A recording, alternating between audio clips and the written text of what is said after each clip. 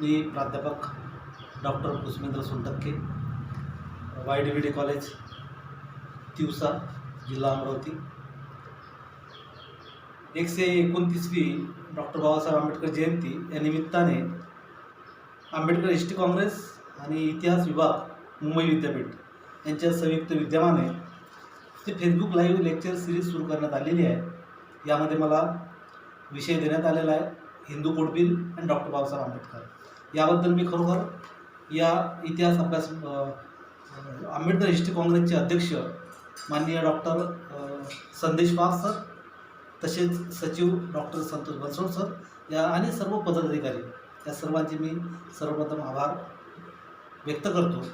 आणि जो विषय मला दिलेला आहे डॉक्टर बाबासाहेब आंबेडकर आणि हिंदू कोड बिल, वास्तवात डॉक्टर बाबासाहेब आंबेडकरांचं जे कार्य आहे हे अथांग आहे, समुद्रासारखं आहे की ज्याचा कोणाला शोध लावता येत नाही किंवा त्याचा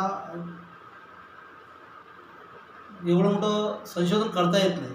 परंतु जे कार्य आम्ही लहानपणापासून बाबासाहेबांना फक्त एका विशिष्ट चाकरीमध्ये पाहत होतो.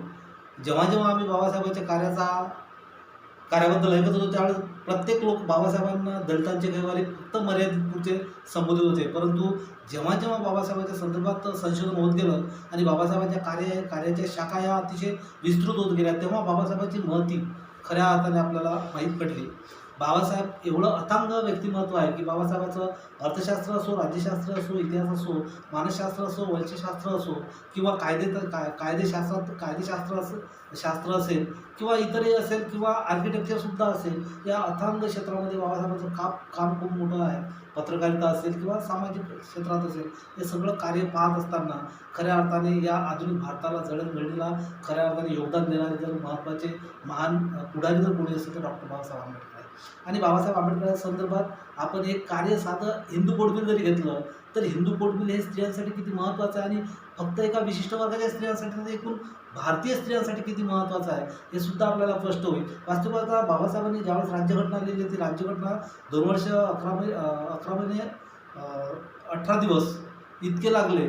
परंतु या हिंदू कोड बिलाला सुद्धा जवळपास 2 वर्ष लागले.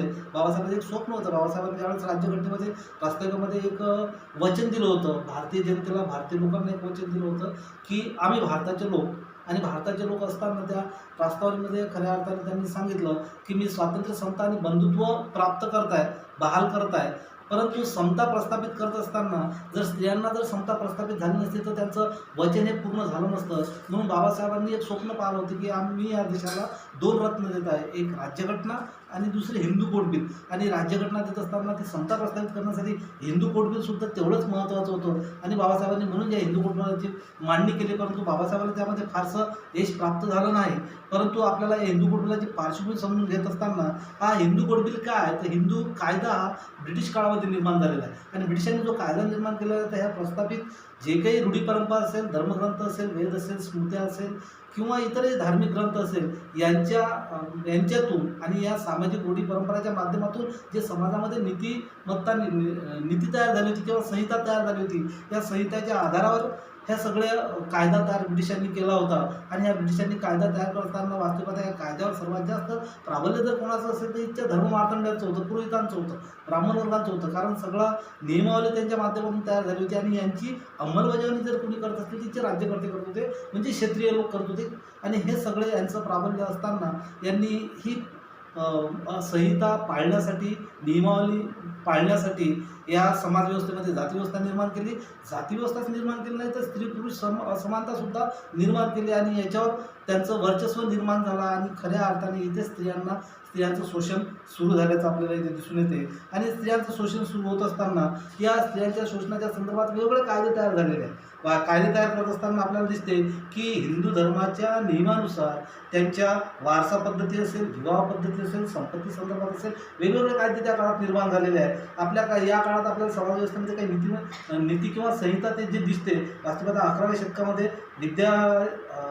विद्यानेश्वर यांनी मिताक्षरी नावाचा एक नीतिशास्त्र ग्रंथ तयार केला होता. आणि त्या आधारावर जवळपास संपूर्ण पहिल्यांदा गुजरातमध्ये सुरू झाला आणि संपूर्ण भारतात या मिताक्षरीच्या माध्यमातूनच समाजव्यवस्था चालत होती. जवळपास 15व्या शतकामध्ये एक जिमूत वाहन या व्यक्तीने एक दायभाग नावाचा हा ग्रंथ तयार केला, म्हणजे टीका ग्रंथ ज्याला म्हणतो. आणि याच्या माध्यमातून हा दायभाग ग्रंथ हा बंगालपुरता मर्यादित होता. आणि अशा प्रकारचे धर्मग्रंथाच्या माध्यमातून स्त्रियांवर असेल, जातीव्यवस्थेवर असेल, समाजव्यवस्थेमध्ये असेल, हे सगळे नियम चालत होते. आणि जर या नियमाचं पालन केलं तर तुम्हाला मोक्ष प्राप्त होईल, तुमचा विकास होईल, उत्थान होईल वगैरे वगैरे, याच्यामध्ये अशा रूढी परंपरा पाडल्या होत्या. आणि जर या नियमाचं पालन जर केलं नाही तर तुम्हाला नरकात जावं लागेल किंवा तुमची अधोगती होईल, सद्गती प्राप्त होणार नाही. अशा प्रकारचे नियम या ग्रंथांच्या माध्यमातून बांधले होते. आणि त्यामुळे सगळे समाजव्यवस्था इथे हे सगळे नियम पाळत होते. परंतु स्त्रियांबद्दल अशा प्रकारची असमानता या ग्रंथांमध्ये दाखवत असताना काही समाजसुधारक जे आहे किंवा जे स्त्रियांच्या त्या काळच्या संघटना ज्या आहे यांना सुद्धा वाटत होते की स्त्रियांना काहीतरी अधिकार प्राप्त झाले पाहिजे आणि त्यासाठी त्यांनी काही कार्य केले. आणि म्हणून 1937मध्ये मध्यवर्ती कायदेमंडळामध्ये डॉक्टर विजय देशमुख यांच्या माध्यमातून एक बिल तयार करण्यात आलं की स्त्रियांना समतेचा अधिकार प्राप्त झाला पाहिजे किंवा स्त्रियांना या संपत्तीच्या संदर्भात असेल, विवाहाच्या संदर्भात असेल, काही अधिकार प्राप्त झाले पाहिजे. परंतु त्यांना फारसे यश मिळालं नाही. आणि म्हणून अशा प्रकारचं आंदोलन सुरू होत असताना म्हणून सरकारने, ब्रिटिश सरकारने 1941मध्ये एक हिंदू कोर्ट कमिटी स्थापन केली. आणि कमिटीच्या माध्यमातून स्त्रियांच्या समस्या आणि त्या चळवळीच्या माध्यमातून जे काही त्यांचे म्हणणे असेल हे सगळे कलेक्ट करण्याचा प्रयत्न केला. आणि याच माध्यमातून 1944मध्ये हिंदू लॉ कमिटी ब्रिटिशांनी सर बेनेंगल नरसिंगराव यांच्या अध्यक्षतेखाली स्थापन केली. आणि या कमिटीला विशेष कार्य दिलं की तुम्ही सगळे ह्या समस्या लोकांच्या कलेक्ट करा आणि याचा एक ड्राफ्ट तयार करा. यालाच आपण राव कमिटीसुद्धा म्हणू शकतो आपण. यांच्याकडे मसुदा तयार करण्याचं काम दिलं. आणि हा मसुदा म्हणजेच हिंदू कोड बिल म्हणून आपण त्याला म्हणून प्रसिद्ध झाल्याचे आपल्याला दिसून येते. आणि हे सगळं ड्राफ्टिंग तयार केल्यानंतर हे मांडत असताना याच्यामध्ये बराचसा विरोध झाला. परंतु या संदर्भात बाबासाहेबांचं नेमकं काय भूमिका आहे, बाबासाहेबांचं नेमकं काय कार्य आहे हे आपल्याला समजून घेणं गरजेचं आहे. वास्तवात हे सगळं हिंदू कोड बिल तयार केल्यानंतर या बिलाला बाबासाहेबाला कायद्याच्या स्वरूपामध्ये प्रस्थापित करण्याची जबाबदारी बाबासाहेबांवर होती. बाबासाहेब कायदे पंडित होते आणि बाबासाहेबांनी याच्यामध्ये कायद्यामध्ये मसुदा तयार करत असताना किंवा याला कोड तयार करत असताना बाबासाहेबांनी अनेक परिश्रम करून जवळपास रात्रंदिवस अभ्यास करून याला कायदेशीर स्वरूपात मांडण्याचा प्रयत्न केला. आणि कायदेशीर स्वरूपात मांडण्याचा अशा काळात प्रयत्न केला ज्यावेळेस बाबासाहेबांची तब्येत साथ देत नव्हती. वास्तवात बाबासाहेबांवर खूप मोठे इतरही क्षेत्राचे काम मोठ्या प्रमाणात होते. आणि अशा स्थितीमध्ये बाबासाहेबांनी रात्रीचा दिवस करून याला एक कायदेशीर भाषेमध्ये मांडण्याचा खूप मोठा प्रयत्न केला. आणि हे प्रयत्न करत असताना यावेळेस बाबासाहेबांना खूप मोठा विरोध झाला. विरोध होत असताना जे समकालीन लोक आहे, रूढी परंपरावादी लोक आहे किंवा जे काही धर्ममार्तंड लोक आहे हे बाबासाहेबांना खूप मोठा विरोध करत होते. आणि विरोध करत असताना बाबासाहेबांनी प्रत्येक गोष्ट त्याच्यामध्ये समजून सांगण्याचा प्रयत्न केला. या विरोधकांना या सगळ्या गोष्टी मांडण्याचा प्रयत्न केला की जी स्त्रियांना जे काही संपत्तीचा अधिकार असेल, वारसा अधिकार असेल, विवाहासंदर्भात असेल, दत्तक विधान असेल, उत्तराधिकारी असेल, घटस्फोट असेल, पोटगी असेल, हे सगळेच्या सगळे संदर्भ बाबासाहेबांनी धार्मिक ग्रंथातून त्यांच्यासमोर मांडण्याचा प्रयत्न केला. हा सगळा जो काही नियमावली असेल, विशेषतः आपण त्याच्यात जर संदर्भात आपण म्हणतो की मिताक्षरीमध्ये स्त्रियांना आपल्याला संपत्तीचा अधिकार दिला नाही. त्यांनी फक्त नातेसंबंधातले किंवा रक्त नात्यातील जे लोक असेल, मुलं असेल किंवा त्याचे वंशज असेल त्यांना संपत्तीचा अधिकार दिला. परंतु दायभाग हा जो ग्रंथ आहे किंवा दायभाग जो हा काही आपल्याला धर्मशास्त्र ग्रंथ दिसते याच्यामध्ये स्त्रियांना पोटगीचा अधिकार दिलेला आहे, संपत्तीचा अधिकार दिलेला आहे. परंतु हा फक्त दायभाग बंगाल क्षेत्रामध्ये, बंगाल प्रांतापुरतेच मर्यादित हा ग्रंथ होता किंवा नियमावली होती. आणि म्हणून तिच्या धर्मांधिक लोकांना असं वाटत होतं की अशा प्रकारचा स्त्रियांना संपत्तीचा अधिकार मिळू नये म्हणून तिथे सतीप्रथा सुरू केली. आणि सतीप्रथा सुरू केल्यामुळे त्या संपत्तीचा वाटासुद्धा त्या स्त्रियांचा हिरावून घेतला होता. आणि म्हणून बाबासाहेबांना त्या लोकांना, त्या स्त्रियांना सगळा अधिकार मिळला पाहिजे याच्यासाठी सगळे प्रयत्न बाबासाहेब करत होते. आणि बाबासाहेबांनी जी काही कमिटी, बाबासाहेबांच्या अध्यक्षतेखाली कमिटी तयार केली आणि त्यांनी जे ड्राफ्ट तयार केला, हा ड्राफ्ट तयार करत असताना एक एक बाजू, एक एक मुद्दा पटवून देण्याचा त्यांनी प्रयत्न केला. वास्तविक आता 11 एप्रिल 1947मध्ये जोगेंद्रनाथ मंडले यांनी हा ड्राफ्ट लोकसभेच्या समोर विचारासाठी, चर्चेसाठी मांडला. आणि चर्चेसाठी मांडत असताना अनेक लोकांनी त्यांना विरोध केला. त्याच्यानंतर हा ड्राफ्ट पुन्हा बाबासाहेबांच्या अध्यक्षतेच्या समितीची सिलेक्शन कमिटी होती, ती कमिटीकडे 9 एप्रिल 1947कडे केला. बाबासाहेबांनी पुन्हा त्याच्यामध्ये वारसा असेल, विवाह असेल, दत्तक विधान असेल, उत्तराधिकारीचं असेल, घटस्फोट असेल, पोटगी असेल इत्यादी बाबीचा पूर्णपणे विचार करून, सगळ्या दोन्ही बाजू विचार करून व्यवस्थित मांडण्याचा तो पुन्हा प्रयत्न केल्याचे आपल्याला दिसते. आणि पुन्हा 12 ऑगस्ट 1948मध्ये हे विधेयक लोकसभेमध्ये पुन्हा चर्चेसाठी मांडण्यात आलं. आणि हे सगळं मांडत असताना वास्तविक आता या विधेयकाच्या संदर्भात ज्यावेळेस वृत्तपत्रामध्ये चर्चा येत होती किंवा वृत्तपत्र छापून येत होतं त्यावेळेस विरोधक खूप मोठे आक्षेप घ्यायचे. बाबासाहेबांना म्हणायचे की तुम्ही धर्माधिकारांचं तुम्ही याचा त्यांचा आधार घ्यायला पाहिजे होता, त्यांचं मत घ्यायला पाहिजे होतं. वास्तविकता बाबासाहेबांचं म्हणणं होतं की मी सगळ्यांना विचारलं, परंतु मला कोणी सपोर्ट केला नाही किंवा कोणी मला वेळ दिला नाही. आणि बाबासाहेबांनी हे सगळं विचारपूर्वक करून, पूर्ण अभ्यास करून हे विधेयक मांडल्याचे आपल्याला दिसते. आणि सगळं विधेयक मांडल्यानंतर विशेषतः पंडित नेहरूंनी या विधेयकाला खूप मोठं समर्थन केल्याचे आपल्याला दिसून येते. पंडित नेहरूंचं खूप मोठा सपोर्ट होता, कारण पंडित नेहरू हे सुधारणावादी होते, समतावादी होते, समाजवादी होते. त्यामुळे बाबासाहेबांचे प्रत्येक विचार पंडित नेहरूंना मॅक्सिमम पटत होते. आणि पंडित नेहरूंनी हे विधेयक आपण कोणत्याही हालतीत आपण लोकसभेमध्ये पास करू, कारण त्यावेळेस स्वतंत्र भारताचे पंतप्रधान म्हणून पंडित नेहरू होते. आणि पंडित नेहरूंनी आश्वासन दिलं होतं बाबासाहेबांना की आपण हे विधेयक कोणत्याही हालतीत आपण पास करू. आणि अशा प्रकारचं पंडित नेहरूंनी समर्थन केलं. परंतु समर्थन होत असताना त्यावेळेस जे विरोधकांना असं वाटलं की आता हे विधेयक निश्चितच पास होईल, ते लोकसभेमध्ये पास होईल. आणि त्यामुळे त्यांनी एवढा मोठा आक्षेप घेतला किंवा एवढा मोठा विरोध केला. आणि त्यांनी खूप मोठे आंदोलन सुरू केले, बाबासाहेबांच्या विरोधात खूप मोठ्या चळवळी सुरू केल्या. परंतु बाबासाहेबांनी मोठ्या सभेच्या माध्यमातून बाबासाहेबांनी आपले विचार हिंदू पोटबिला संदर्भात लोकांपर्यंत मांडण्याचा प्रयत्न केला. एवढंच नाही तर वैयक्तिक भेट घेऊन खाजगी चर्चांमधून या बिल किती समाजासाठी आवश्यक आहे, देशासाठी आवश्यक आहे, बाबासाहेबांनी पटवून देण्याचा प्रयत्न केला. आणि विशेषतः खूप मोठी जागृती घडवून आणण्याचा प्रयत्न केला. परंतु भारतातील मोठमोठे जे आपण पुढारी म्हणतो की भारताच्या संदर्भातले जे राजेंद्र प्रसाद असेल, वल्लभभाई पटेल असेल, सीतारामय्या असेल, हे अनेक लोक सुरुवातीपासून बाबासाहेबांच्या या बिलासाठी विरोध करत होते. आणि विरोध करत असताना बाबासाहेबांनी हा विरोध कसा चुकीचा आहे हे सांगण्याचा वेळोवेळी प्रयत्न केला. आणि पुन्हा डिसेंबर 1949मध्ये पुन्हा हे बिल लोकसभेमध्ये चर्चेला गेले. चर्चेला जात असताना बाबासाहेब एका मुद्द्याचं त्या कलमाचे महत्त्व पटवून देत होते. हे कलम वास्तविकता पूर्ण ड्राफ्ट जो तयार केला होता हा मॅक्झिमम 80% ड्राफ्ट हा हिंदू धर्माच्या ग्रंथांचा, रूढी परंपरांचा अभ्यास करून तयार केला होता. आणि 20%च त्याच्यामध्ये भाग हा सुधारणावादी टाकला होता. तरी पण इथच्या लोकांना तो पटत नव्हता. आणि बाबासाहेबांना म्हणणं होतं की इथच्या स्त्रियांना समतेचा अधिकार देण्यासाठी ह्या गोष्टी अतिशय महत्त्वाच्या आहे. आणि म्हणून बाहेर खूप मोठा विरोध होत होता. बाबासाहेब लोकसभेमध्ये एक एक मुद्दा आपला स्पष्ट करण्याचा प्रयत्न करत होते. आणि त्याच वेळेस नेमका सभागृहाच्या बाहेर जे विरोधक होते, जे सनातनी लोक होते, जे रूढीप्रिय लोक होते, त्यांनीसुद्धा खूप मोठा आंदोलन किंवा मोर्चा बाबासाहेबांच्या विरोधात सुरू केला होता. आणि एवढंच नाही तर सरकारवर दबाव आणण्याचा प्रयत्न केला, काँग्रेसवर दबाव आणण्याचा प्रयत्न केला, पंडित नेहरूवर दबाव आणण्याचा प्रयत्न केला. आणि या सगळ्या विरोधकांनी बाहेर खूप मोठे आंदोलन केले. एवढंच नाही तर गांधी टोप्या जाळून निषेध करण्याचा सुद्धा प्रयत्न केला. इतकंच नाही तर अनेक स्त्रियांना त्याच्यामध्ये सहभाग केलं. आणि सहभागी करून स्त्रियांनीसुद्धा स्त्रियांच्या माध्यमातून मोर्चा काढण्याचा प्रयत्न केला. वास्तविक आपल्याला आश्चर्य असं वाटते की ज्या स्त्रियांसाठी बाबासाहेब हे हिंदू कोड बिल मांडत आहे, ज्या स्त्रियांच्या हक्कासाठी हे हिंदू कोड बिल मांडत आहे, त्याच्याच विरोधात ह्या स्त्रिया जात आहेत. याच्यापेक्षा मोठं आश्चर्य आपल्याला या देशामध्ये कुठलंही दिसू शकत नाही. आणि ऑगस्ट 1951 रोजी लोकसभेच्या लोकसभा सत्र सुरू झाला. आणि त्या सत्राच्या उद्घाटनाच्या कार्यक्रमामध्ये स्वतः राजेंद्र प्रसाद भारताचे राष्ट्रपती यांनीसुद्धा आश्वासन दिलं होतं की आपण हिंदू कोड बिल पास करू किंवा हिंदू कोड बिलाला समर्थन केलं. परंतु याच राजेंद्र प्रसादनी अवघ्या एका महिन्यात नेहरूला या संदर्भात या बिलाच्या विरोधात विरोध दर्शविला. आणि आपलं मत त्या पंडित नेहरूंना, पंतप्रधानांना कळवलं. आणि मग ते नेहरूसुद्धा या बिलाच्या खूप समर्थनार्थ होते. आणि म्हणून नेहरू खूप चिडले की ज्या राष्ट्रपतीने आता आपल्याला एक महिन्याच्या आधी समर्थन दिलं, तेच राष्ट्रपती आपल्याला आता विरोध दर्शवत आहे. म्हणून नेहरूंनी त्यांनासुद्धा सडेतोड उत्तर दिलं की तुमच्या समर्थनाची काही मला गरज नाही. जर हे बिल जर लोकसभेमध्ये पास झालं तर राष्ट्रपतीच्या सहीची सुद्धा काही आवश्यकता नाही, आम्ही हिंदू कोड बिल पासच करू. परंतु शेवटी काय झालं, 26 नोव्हेंबर 1951 रोजी शेवटी पंडित नेहरूंनी या हिंदू कोड बिलाला स्थगिती दिली.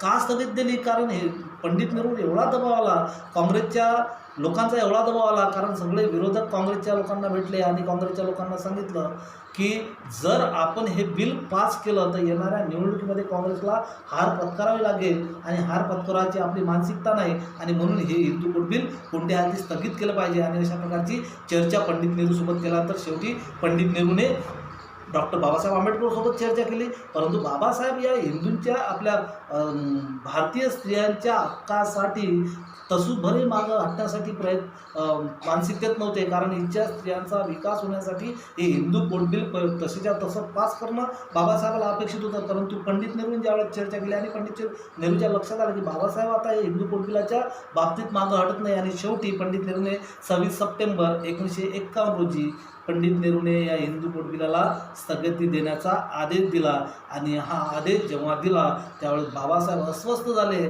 जे बाबासाहेब जे 2 वर्षासाठी अथक परिश्रम करून हिंदू कोड बिलाचा ड्राफ्ट तयार केला होता, हा ड्राफ्ट आखरी बाबासाहेबांच्या लक्षात आलं की आता पंडित नेहरूने समर्थन दिलेलं आहे आणि समर्थन दिल्यामुळे बाबासाहेब अस्वस्थ झाले आणि लगेच दुसऱ्या दिवशी 27 सप्टेंबर 1951 रोजी बाबासाहेबांनी आपल्या मंत्रिपदाचा राजीनामा दिला. भारतातली जी आजच्यापर्यंतच्या इतिहासातली एकमेव घटना असेल की अशा स्त्रियांच्या हक्कासाठी कोणता मंत्री आपल्या पदाचा राजीनामा देणारे बाबासाहेब एकमेव असू शकतात. आजच्या भारतीय स्त्रियांना याची जाण असली पाहिजे, परंतु भारतीय स्त्रियांचं अज्ञान एवढं वाढलेलं आहे की बाबासाहेबांच्या तत्त्वज्ञानाचा अभ्यास करण्यासाठी सुद्धा आपण तेवढे परिपक्व नाही. बाबासाहेबांनी त्यावेळेस राजीनामा दिला आणि राजीनामा देत असताना पंडित नेहरूंना कटाक्षाने सांगितलं की वास्तविक पाहता हा राजीनामा मी काही दिवसापासून देण्याची मानसिकतेत आहे.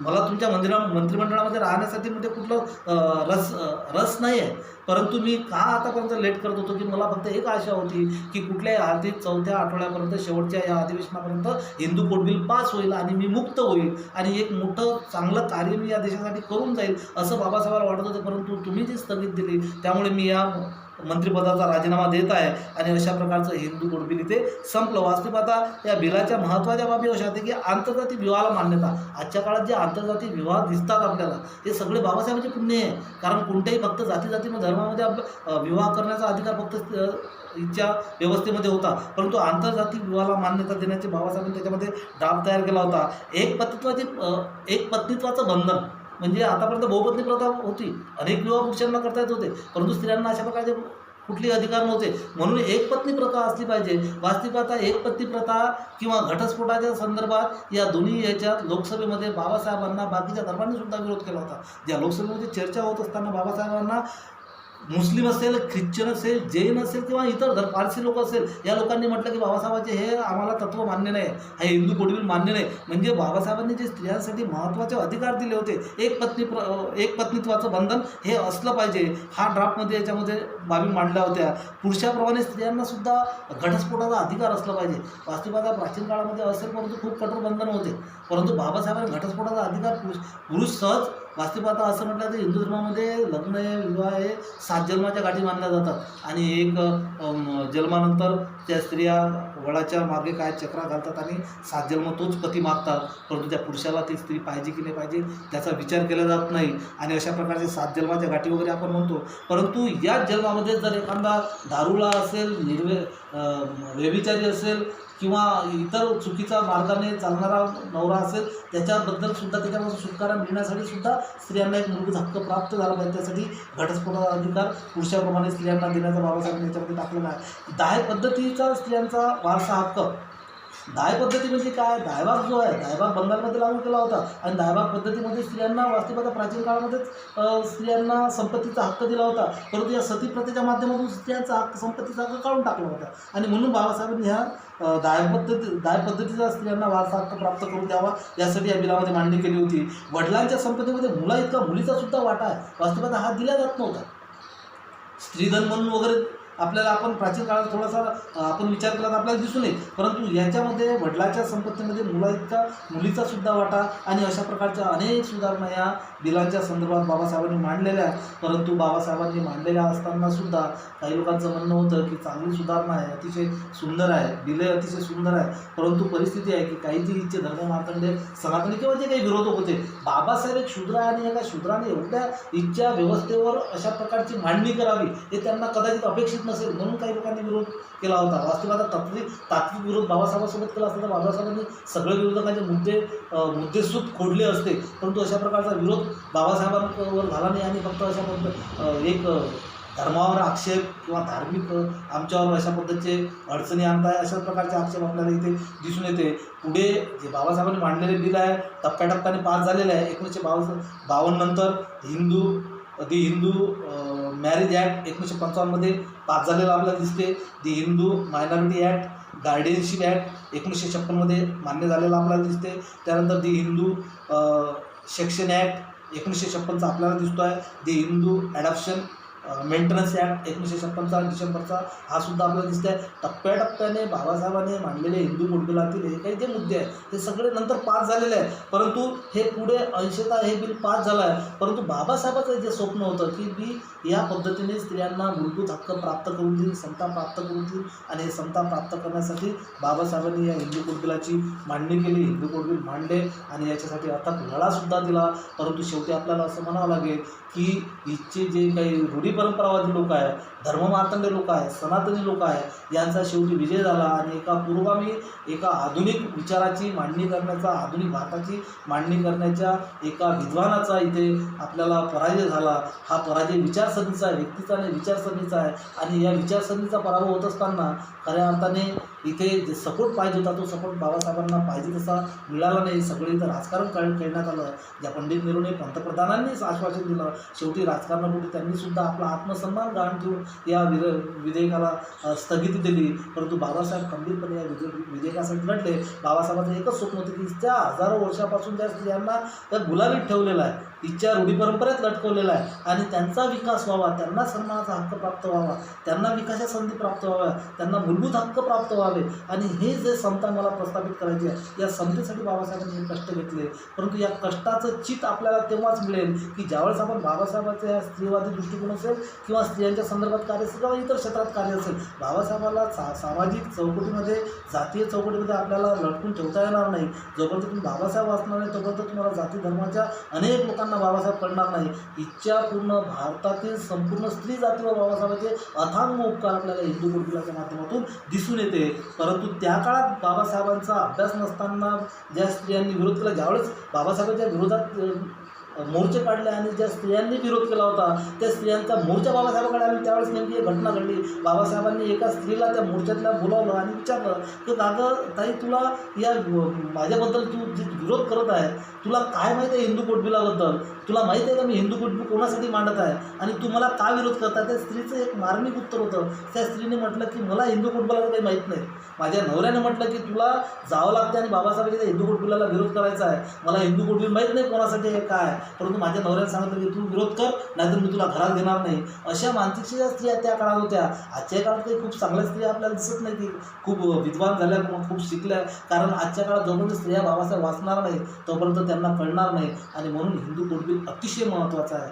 देशाच्या उत्थानासाठी, स्त्रियांच्या उत्थानासाठी बाबासाहेबांचं कष्ट अतिशय महत्त्वाचं आहे आणि हे कष्ट प्रत्येक काळात तेवढंच महत्त्वाचं राहील. परंतु या कष्टाला सार्थ त्याच वेळेस होईल की प्रत्येक व्यक्तीने, प्रत्येक स्त्रीने, प्रत्येक घटकाने बाबासाहेबांचं कार्य हे अभ्यासलं पाहिजे, जोपासलं पाहिजे आणि देशाचा, समाजाचा आणि स्वतःचा सर्वांगीण विकास केला पाहिजे. हीच अपेक्षा बाबासाहेबांच्या 129वी जयंतीच्या निमित्ताने मी ते व्यक्त करतो आणि थांबतो. जय भीम, जय भारत.